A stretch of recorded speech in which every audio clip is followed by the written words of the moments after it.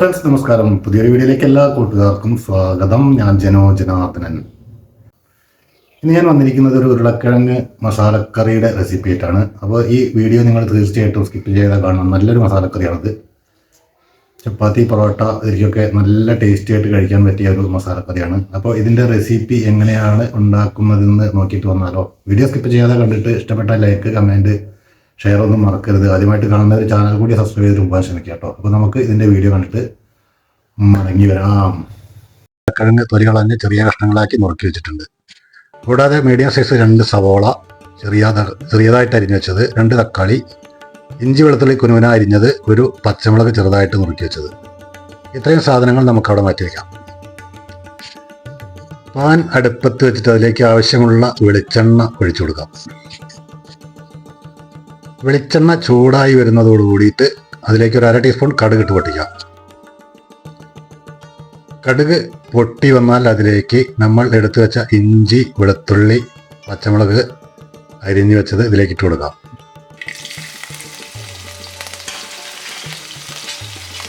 ഒരു 15-20 സെക്കൻഡ് നേരം നമുക്കതൊന്ന് വഴച്ചെടുക്കാം. ഇതിലേക്ക് ഒരു 2-3 വറ്റൽമുളക് കൂടി ചേർത്ത് കൊടുത്തിട്ട് വഴറ്റാം.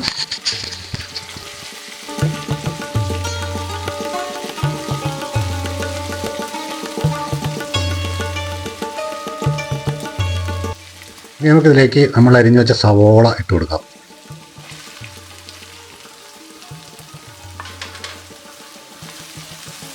കറിവേപ്പില കൂടി ചേർത്തിട്ട് നമുക്കിത് വഴറ്റി തുടങ്ങാം. ഒരുപാട് ബ്രൗൺ ആവേണ്ട ആവശ്യമില്ല. ഏകദേശം ഒന്ന് വഴന്നു വന്നാൽ നമുക്ക് അവിടെ നിർത്താം. അപ്പോൾ നമുക്കെന്തായാലും ചെറിയ തീയിലിട്ട് വഴറ്റി തുടങ്ങാം. എന്തായാലും ഒരു 8-10 മിനിറ്റ് വഴറ്റിയാലാണ് ഇതേ ചോരത്തിലായി കിട്ടുക. അപ്പോൾ ഇത്രയും മതി നമുക്ക്.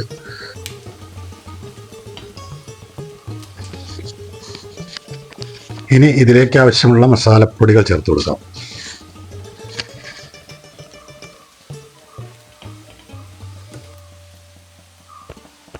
ആദ്യം ഒരു 1/2 ടീസ്പൂൺ മഞ്ഞൾപ്പൊടി ചേർക്കുന്നുണ്ട്, 2 ടേബിൾ സ്പൂൺ മല്ലിപ്പൊടി, 1 ടേബിൾ സ്പൂൺ കാശ്മീരി മുളക് പൊടി. ഇത്രയും ഇതിലേക്ക് ഇട്ട് കൊടുക്കുന്നുണ്ട്.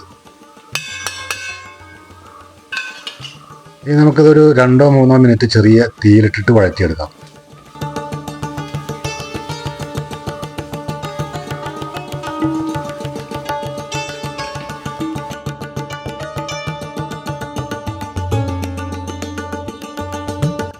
ഇതിലേക്കൊരു 3/4 ടീസ്പൂൺ പെരുംജീരകത്തിൻ്റെ പൊടി, അതുകൂടാതെ ഒരു 1/2 ടീസ്പൂൺ ഗരം മസാല, ഇത്രയും ചേർത്തിട്ട് നമുക്ക് വീണ്ടും വഴറ്റാം.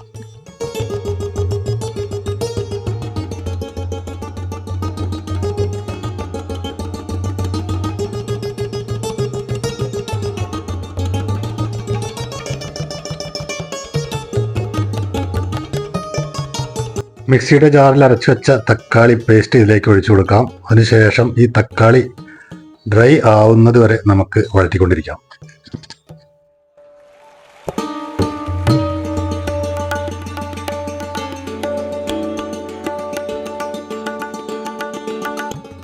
ഇതിലേക്ക് ആവശ്യമുള്ള ഉപ്പ് ഈ സമയത്ത് നമുക്ക് ചേർത്ത് കൊടുക്കാം. വീണ്ടും നമുക്ക് വഴറ്റി തുടങ്ങാം. തക്കാളിയുടെ വെള്ളം നല്ല രീതിയിൽ ഡ്രൈ ആവുന്നത് വരെ വഴറ്റിയാൽ ഏകദേശം ഇതിൻ്റെ മസാല റെഡിയായി വരും. അപ്പോൾ അതുവരേക്കും നമുക്ക് വഴറ്റിക്കൊണ്ടേയിരിക്കാം.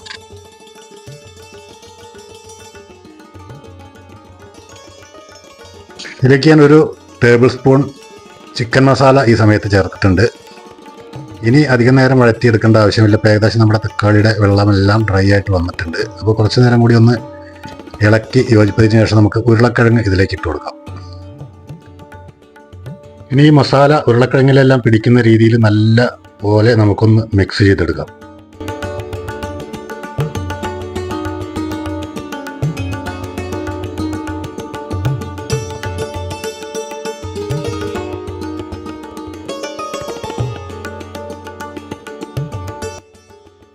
ഇനി നമുക്കതൊന്ന് അടച്ചു വെക്കാം. ഒരു 2-3 മിനിറ്റ് നേരം ചെറിയ തീയിലവിടെ അടച്ചിരിക്കണം. ഇപ്പോൾ ഉരുളക്കിഴങ്ങെല്ലാം നല്ല രീതിയിൽ റെഡിയായിട്ട് വന്നിട്ടുണ്ട്. ഇനി ഇതിലേക്ക് ഇതിൻ്റെ ഗ്രേവിക്ക് ആവശ്യമുള്ള ഒരുപാട് വെള്ളം ഒഴിച്ചു കൊടുക്കരുത്. ഒരു തിക്ക് ഗ്രേവി ആയിട്ടാണ് ഇത് വരിക. അപ്പോൾ നമുക്ക് ഇത് വേവാൻ ആവശ്യത്തിനുള്ള വെള്ളം മാത്രം ഒഴിച്ചു കൊടുക്കാം. ചുടുവെള്ളമാണ് ഞാനിവിടെ ഒഴിച്ചു കൊടുക്കുന്നത്.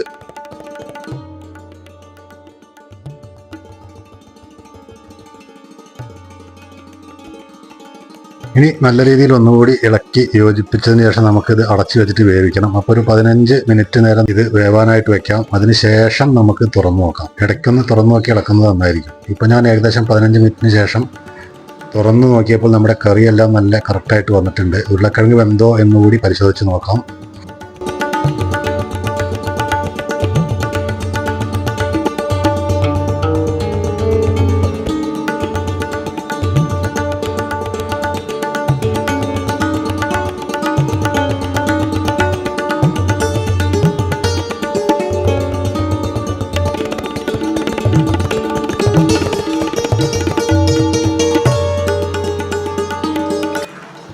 ഇപ്പോൾ രുചികരമായിട്ടുള്ള നമ്മുടെ ഉരുളക്കിഴങ്ങ് മസാലക്കറി ഇവിടെ റെഡി ആയിട്ട് വന്നിട്ടുണ്ട്. തീർച്ചയായിട്ടും ഈ വീഡിയോ നിങ്ങൾക്ക് ഇഷ്ടപ്പെട്ട് കാണുമെന്ന് വിചാരിക്കുന്നു. ഇഷ്ടപ്പെട്ടാൽ ലൈക്ക്, കമൻറ്റ്, ഷെയർ ഇതെല്ലാം മറക്കാതെ ചെയ്യുക. ആദ്യമായിട്ട് കാണുന്നവരുണ്ടെങ്കിൽ ചാനൽ ഒന്ന് സബ്സ്ക്രൈബ് ചെയ്തിട്ട് ബെൽ ബട്ടൺ കൂടി അമർത്തി പോകാൻ ശ്രമിക്കുക. അപ്പോൾ ഇന്നത്തെ ഉരുളക്കിഴങ്ങ് മസാലയുടെ വിശേഷം ഇതൊക്കെയാണ്.